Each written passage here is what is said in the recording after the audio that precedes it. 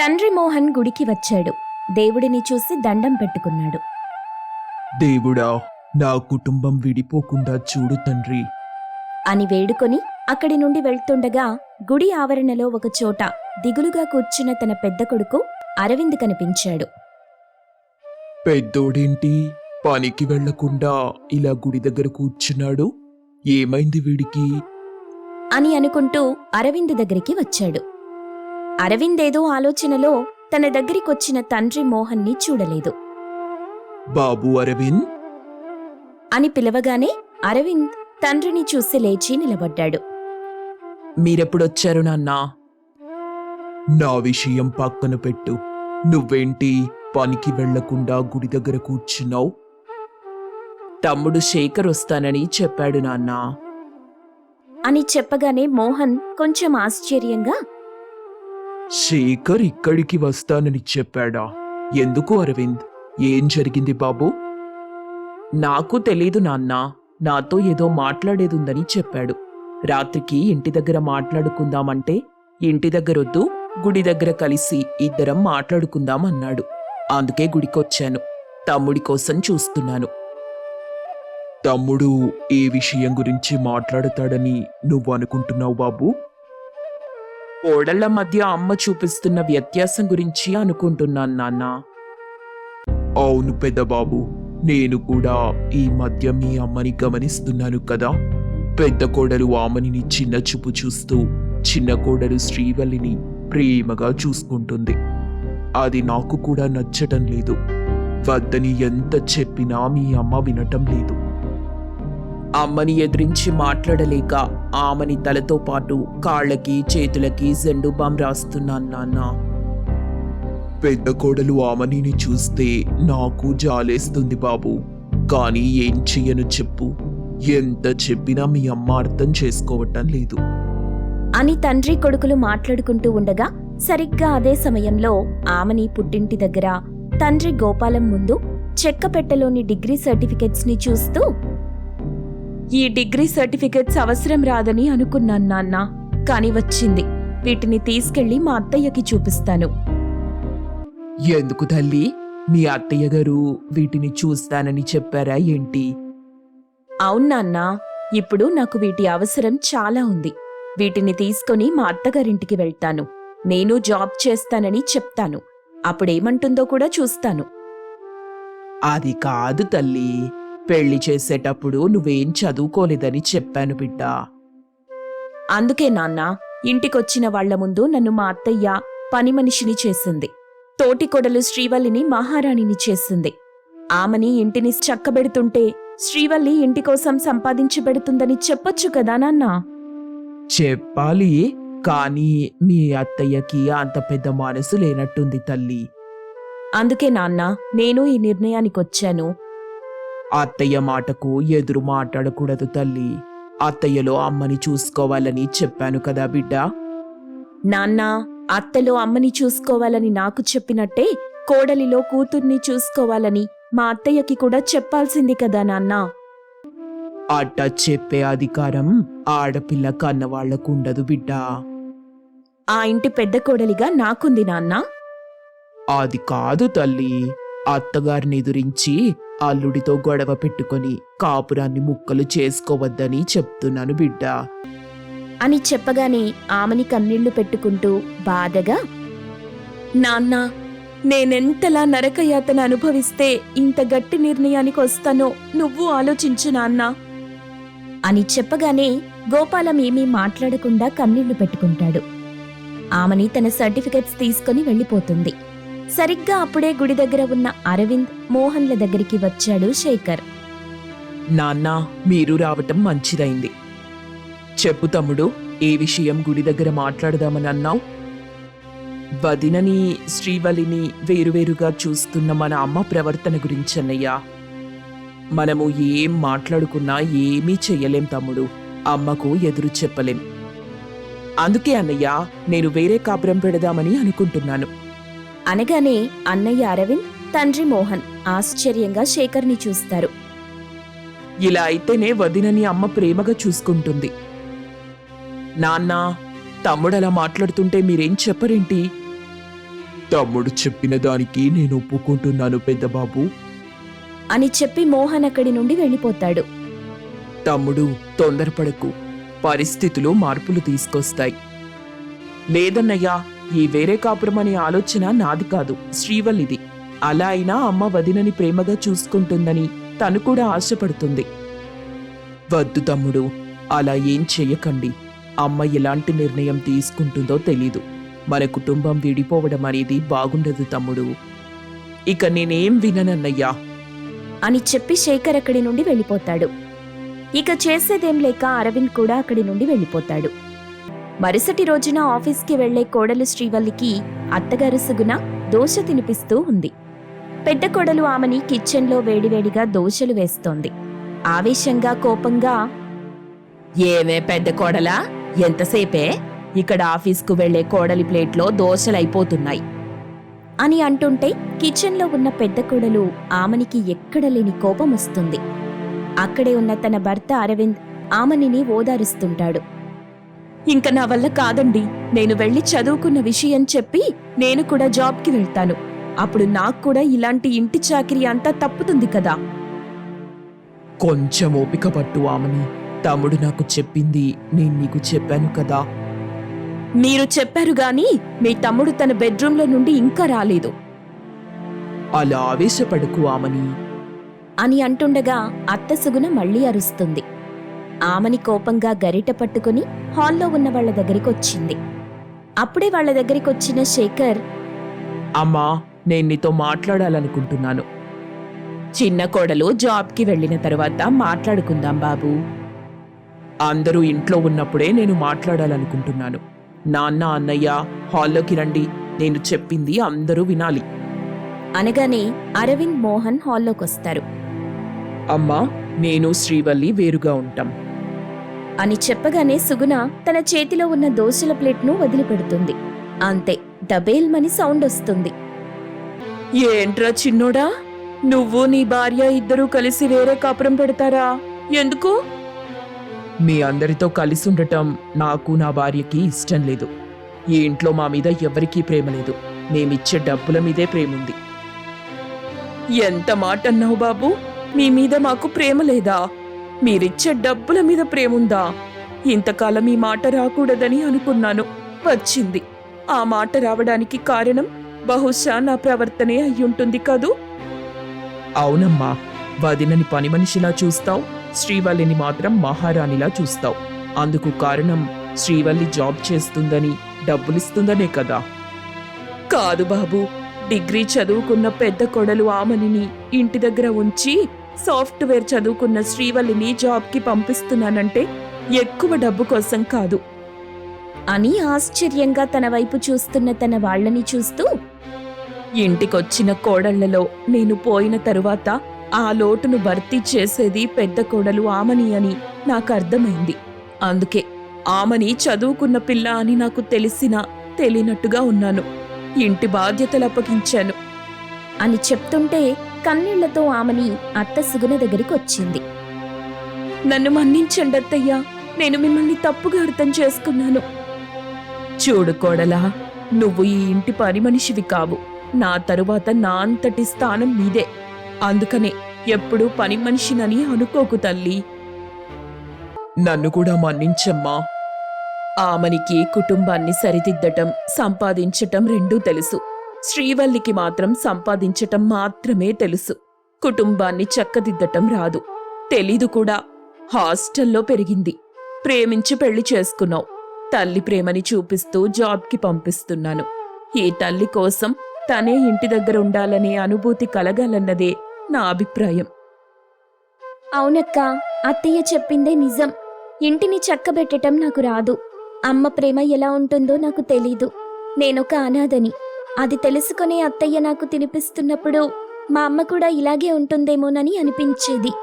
అత్తయ్య నాకమ్మైతే నువ్వు కూడా నాకు తోడబుట్టిన అక్కతో సమానం అని చెప్పగానే అందరి కళ్లలో నీళ్లు తిరిగాయి. సుగుణ, ఒక అత్తయ్యలా ఆలోచించి గెలిచావు. ఒక తల్లిలా ప్రేమని పంచుతూ గెలిచావు. ఇక నుండి ఎవరి మనసులో ఎలాంటి బాధ ఉండదు. తల్లిగా అత్తగా కుటుంబాన్ని చీలిపోకుండా చూడాల్సిన బాధ్యత నా మీదే ఉంటుంది కదండి. నేను అదే చేశాను. నేను క్షమాపణ చెప్పుకోవాల్సి వస్తే అది నా పెద్ద కోడలు ఆమనికే. అంత పెద్ద మాటలొద్దత్తయ్యా. మీ మనసు ఏంటో ఇప్పుడు పూర్తిగా అర్థం చేసుకున్నాను. ఇక నుండి శ్రీవల్లి బాధ్యత కూడా నేనే తీసుకుంటాను అని చెప్పి ఇక ఆ రోజు నుండి మరింత సంతోషంగా ఆమని ఇంటి పనులు చేయటం మొదలెట్టింది. అందరూ కలిసిమెలిసి ఉమ్మడి కుటుంబంలా ఉన్నారు. కాంతం, సత్యరాజు హాల్లో దిగులుగా కూర్చుని ఉన్నారు. ప్రియా, రాహుల్ వాళ్ళని చూస్తూ తిరుగుతున్నారు, కానీ వాళ్లతో ఏమీ మాట్లాడలేకపోతున్నారు. ఇంతలో ప్రియా తల్లిదండ్రులిద్దరూ ప్రియాని చూడడానికి వచ్చారు. ప్రియా వాళ్లకి ఎదురెళ్ళింది. అమ్మా, నాన్న, ఇదేనా రావటం? మంచి ఎండన పడొచ్చారు. నిన్ను చూడాలనిపించింది తల్లి, అందుకే వచ్చేసాం. బావగారు బాగున్నారా? నారాయణ సత్యరాజ్ను పలకరించాడు. కాని సత్యరాజ్ పలకలేదు. నారాయణ మొహం చిట్లించి చూస్తున్నాడు. అది గమనించిన కాంతం లేచి శాంతమ్మ దగ్గరికొచ్చి, శాంత, బాగున్నారా? బాగున్నాను దినా. అన్నయ్య ఏంటి అలా ఉన్నారు? పలకరించినా పట్టించుకోలేదు. అదంతా తర్వాత మాట్లాడుకుందాం. పదండి, భోజనం చేదురు. భోజనాలు చేశాక ప్రియా, శాంతి, కాంతం తీరిగ్గా ఒక చోట కూర్చున్నారు. అమ్మా, మా మావయ్య గారికి 5 ఎకరాల మామిడి తోట ఉందిగా. మొన్న వచ్చిన తుఫాను, వర్షాలకి మామిడి పంట సగానికి సగం పోయింది. ఉన్న కాస్త పంట అమ్మకానికి పెడితే కూలీల ఖర్చుపాటి కూడా చేయలేదు. అంత తక్కువ ధరకు వాటిని అమ్మలేక వెనక్కొచ్చేశారు. ఆయన పిచ్చిగాని మనకి నచ్చిన ధర ఇవ్వలేదని మనం కూర్చుంటే అవి కుళ్ళిపోవటం ఆగుతుందా? ఎంతో కొంతకు అమ్మేయండంటే ఆయన వినట్లేదు. అందుకే మావయ్య దిగులుగా ఉన్నారు. వారం రోజుల నుండి తిండి నిద్ర కూడా లేదు. ఎవ్వరితోనూ మాట్లాడట్లేదు కూడా. ఇదంతా పక్కన కూర్చొని వింటున్న నారాయణ లేచి సత్యరాజ్ దగ్గరికి వెళ్ళాడు. సత్యరాజ్ భుజం తట్టి ఓదార్చడానికి చూశాడు. ఒరే సత్యం, నువ్వెంత బాధపడుతున్నావో నాకు అర్థమైంది. కానీ ఇందులో నువ్వు చేసిందేమీ లేదుగా. అంతా ప్రకృతి మాత దయ. ఏనాడు కాలం అనుకూలిస్తుందని పంచాంగం చూశాకే పని మొదలెట్టాన్రా. అత్యాశకి పోయి ఉన్నదంతా పోగు చేసి పొలం మీదే ఖర్చు పెట్టాను. ఇప్పుడు ఎటూ కాకుండా పోయాను. కనీసం పని వాళ్లకి ఇవ్వాల్సిన జీతాలు కూడా ఇవ్వలేని స్థితికొచ్చేశాను. ఉన్న కాయకి నికర ధర కూడా ఇవ్వనంటున్నారు. ఇప్పుడు నేనేం చెయ్యాలి? పోనీ వచ్చిన ధరకే అమ్మేయొచ్చు కదరా. మా మామిడి పళ్ళ నాణ్యత చూసావా ఎప్పుడైనా? విదేశాలకు ఎగుమతి చేసే క్వాలిటీ అది. నా నుండి తక్కువకి కొని వాళ్ళు 3 రెట్లు ధర పెంచి అమ్ముకుంటారు. కష్టపడ్డది నేనెందుకు సర్దుకుపోవాలి? పోతే పోతాయి, అంతేగాని అమ్మను. నారాయణ ఆలోచనలో పడ్డాడు. సత్యరాజ్ ఉద్దేశం ఏదైనా ఇప్పుడు నష్టాల నుండి గట్టెక్కటం ముఖ్యం. అందుకు ఒక ప్రణాళిక కూడా బుర్రలో వేసుకున్నాడు నారాయణ. ఇప్పుడు మన దగ్గర ఎంత కాయ ఉంది? 3 టన్నుల వరకు ఉంది. అందులో 1 టన్ను ఇంకా పండలేదు. సరే, లాభమైతే రాదుగాని నష్టం రాకుండా ఏదో ఒకటి చేద్దాం. ముందు నువ్వు ఒక 10 మంది పనివాళ్లని మాట్లాడు. ఏం చేద్దామనుకుంటున్నావు ఇంతకీ? మ్యాంగో కుల్ఫీ. అది అయ్యే పనేనా? భేషుగ్గా. నువ్వు పనివాళ్లని చూడు, మిగతాది నేను చూస్తాను. నారాయణ అల్లుడు రాహుల్ని వెంటబెట్టుకుని బయటికెళ్లాడు. నారాయణ చెప్పినట్టుగానే సత్యరాజ్ వెళ్లి కూలీలని మాట్లాడుకొనొచ్చాడు. ఆ రోజు సాయంత్రం నారాయణ అందరికీ సమావేశం ఏర్పాటు చేశాడు. 3 టన్నుల మామిడి పంట అంటే మాటలు కాదు. అది అమ్మడానికి మనకి లాభం లేదు కాబట్టి మనం నష్టాల్లో పడకుండా చేసే ఒక ఆలోచనుంది. అదే మ్యాంగో మలై కుల్ఫీ. అదెవరు కొంటారన్నయ్యా? అయ్యో పిచ్చి చెల్లెమ్మ, వేసవిలో మామిడికి ఎంత డిమాండో నీకు తెలీదా? మ్యాంగో కుల్ఫీ అంటే పిల్లలు పడిచేస్తారు. అంతెందుకు, నేనే ఒకసారి 10 లాగించేయగలను. అందుకే తమరి షుగరు 500కి లాగేసింది. చూసారా, అలా ఉంటుంది మ్యాంగో కుల్ఫీ అంటే. ఈ ఒక్కసారికి నా మాట వినండి. కానీ నాన్న, మనమెలా చెయ్యగలం? నేను కొంతమంది కూలీలని మాట్లాడాను కోడలా. వాళ్ళు మనకి మామిడి గుజ్జు తీసి పెడతారు, మిగతాది మనం చేసుకోవాలి. ఏముంది, మేం ముగ్గురమున్నాంగా, ఈ మాట ఆ మాట చెప్పుకుంటూ చేసేద్దాం. మరి చేసిన వాటిని మన ఇంటి ముందు పెట్టమ్ముతారా? అబ్బా నీ తెలివి! అందుకే మీ అన్నయ్య రాహుల్ కలిసి వెళ్ళి కొన్ని షాప్స్లో మాట్లాడొచ్చారు. వాళ్ళకి మనం సప్లై చేయాలి. ఇంకేం ఆలస్యం, పని కానిచ్చేద్దాం. కుటుంబమంతా కలిసి మ్యాంగో కుల్ఫీ తయారీ మొదలెట్టారు. ఏమాత్రం సరుకు పాడవకుండా ఎంతో శుభ్రంగా రుచిగా చేయటం మొదలెట్టారు. శాంతి, కాంతం, ప్రియ ఇంట్లో తయారు చేస్తుంటే సత్యరాజ్ కూలీల దగ్గరుండి చూసుకునేవాడు. నారాయణ, రాహుల్ కలిసి వాటిని షాప్స్కి, బేకరీలకి సప్లై చేయటం మొదలెట్టారు. వాటిని అమ్మి కాస్త సొమ్ము చేసుకున్నారు. లోపం లేకుండా ఎవరి వంతు ప్రయత్నం వాళ్లు చేస్తున్నా అనుకున్నంతగా అమ్మకాలవలేదు. కానీ మొదలెట్టిన తరువాత దాని అంతు చూడనిదే వదలం అన్నట్టు కష్టపడ్డారందరూ. ఇలా ఉండగా ఓ రోజు కాంతం దగ్గరికి పెళ్లి కబురు చెప్పడానికి పార్వతి అనే పక్కింటావిడొచ్చింది. ఏమే కాంతం, వచ్చే వారం మా అమ్మాయి పెళ్లి, మీరందరూ తప్పకుండా రావాలి. అలాగే వస్తాం. భోజనాలు అవి ఇవి చాలా గొప్పగా ఏర్పాటు చేశాను. దేనికి లోటుండదు. చూశారంటే మీరే ఆశ్చర్యపోతారు. అబ్బా, అంత బాగా ఏర్పాట్లు చేశారా? అత్తయ్య, పెళ్లిలో స్వీట్లేం పెడుతున్నారు అడగండి. ఎందుకే? ఎందుకేంటి, మన మ్యాంగో కుల్ఫీ పెట్టిద్దాం. పార్వతి, పెళ్లిలో స్వీట్లేం పెడుతున్నారు? భోజనాల్లో హల్వా, భోజనం తర్వాత ఐస్ క్రీం. ఐస్ క్రీం ఏంటే చీప్గా నువ్వు కూడా? ఇప్పుడు అందరూ పెళ్లిళ్లలో కుల్ఫీలు పెడుతుంటేను. కుల్ఫీనా? అవి రేట్ ఎక్కువ కదా. ఊరుక, ఐస్ క్రీం మీద ఓ 10 రూపాయలు ఎక్కువ అంతే. కానీ క్వాలిటీ ఉంది చూసావు, అది తిన్నవాళ్లు పెళ్లి మర్చిపోవటం అసాధ్యమనుకో. నువ్వు పెట్టి చూడు. అలాగా, చూస్తాన్లే. చూడటమేంటే, మా పొలంలోని మామిడి పళ్లతో కుల్ఫీ చేస్తున్నారు. ఎంత అద్భుతంగా ఉందో! ఉండు, నీకు రుచి చూపిస్తాను అంటూ కాంతం లోపలికి వెళ్లి గబగబా ఒక మ్యాంగో కుల్ఫీ తెచ్చి పార్వతికిచ్చింది. పార్వతి అది తిన్నాక రుచికి మైమరిచిపోయింది. ఆహా, ఇంత రుచిగా ఉంటుందని నాకిప్పటి వరకు తెలీదు కాంతం. మా అమ్మాయి పెళ్లికి ఇది పెట్టి నా పేరు అందరికీ గుర్తుండిపోయేలా చేస్తాను. ఇదే పెడతాను. అలా అన్నావు, బావుంది. నీకెన్ని కావాలో, ఎప్పటికి కావాలో చెప్పు, మిగిలింది నేను చూసుకుంటాను. 5,000 మందికి కావాలి. వచ్చే బుధవారం మధ్యాహ్నం 12 గంటలకిస్తే చాలు. సరే, ఇంక నువ్వు ధీమాగా వెళ్ళిపో. కాంతం, ఈ కుల్ఫీ గురించి నీకెలా తెలుసే? తెలియడమేంటి, మా మామిడి పళ్ల తోటతోనే కదా తయారు చేస్తున్నారు. ఇవి తయారు చేసేవాళ్ళు మాకు తెలుసులే. సరే సరే, బాగా చెయ్యమని చెప్పు, తింటే మరచిపోకూడదు. సరే, నువ్వెళ్ళు, నేను చూసుకుంటాగా. కాంతం, ప్రియ ఆనందంతో ఉబ్బితబ్బిబ్బైపోయారు. ఆ విషయం సత్యరాజ్కి, రాహుల్కి చెప్పి పనిలో పడ్డారు. పెద్ద గిరాకీ రావడంతో వాళ్ల ఆనందానికి హద్దు లేకుండా పోయింది. వీళ్లు ఊహించినట్టుగానే పార్వతి కూతురి పెళ్లిలో మ్యాంగో కుల్ఫీ సూపర్ హిట్ అయింది. తర్వాత మరో 3 పెళ్లిళ్ల కాంట్రాక్ట్స్ వచ్చాయి. దాంతో సత్యరాజ్కి ఖర్చులన్నీ పోగా ఇంకొంత సొమ్ము చేతికందింది. వాటితో కూలీల జీతాలు, బిల్స్ కట్టి నష్టం రాకుండా, పంట పాడవకుండా కాపాడుకోగలిగారు. అత్తకోడళ్ల తెలివితేటలు మెచ్చుకోకుండా ఉండలేకపోయారు సత్యరాజ్, రాహుల్. అమ్మా చెల్లెమ్మా, ఐడియా నాదే అయినా అది విజయవంతమయ్యేలా చేసింది మాత్రం మీరే. లేకపోతే పెళ్లి కాంట్రాక్టులు మనకి రావటమేంటి ఆశ్చర్యంగా? మరి నాకు ఆ ఐడియా ఇచ్చింది ఎవరనుకున్నారు? ప్రియానే. ఇందులో పార్వతి పాత్ర కూడా ఉందనుకోండి. ఈరోజు మీరంతా నాకు అండగా నిలబడి ఉండకపోతే నా పరిస్థితి ఏమయ్యేదో. మీ అందరికీ నా కృతజ్ఞతలు. నాకెంతో విలువైన కుటుంబం ఉన్నందుకు ఆనందంగా ఉంది.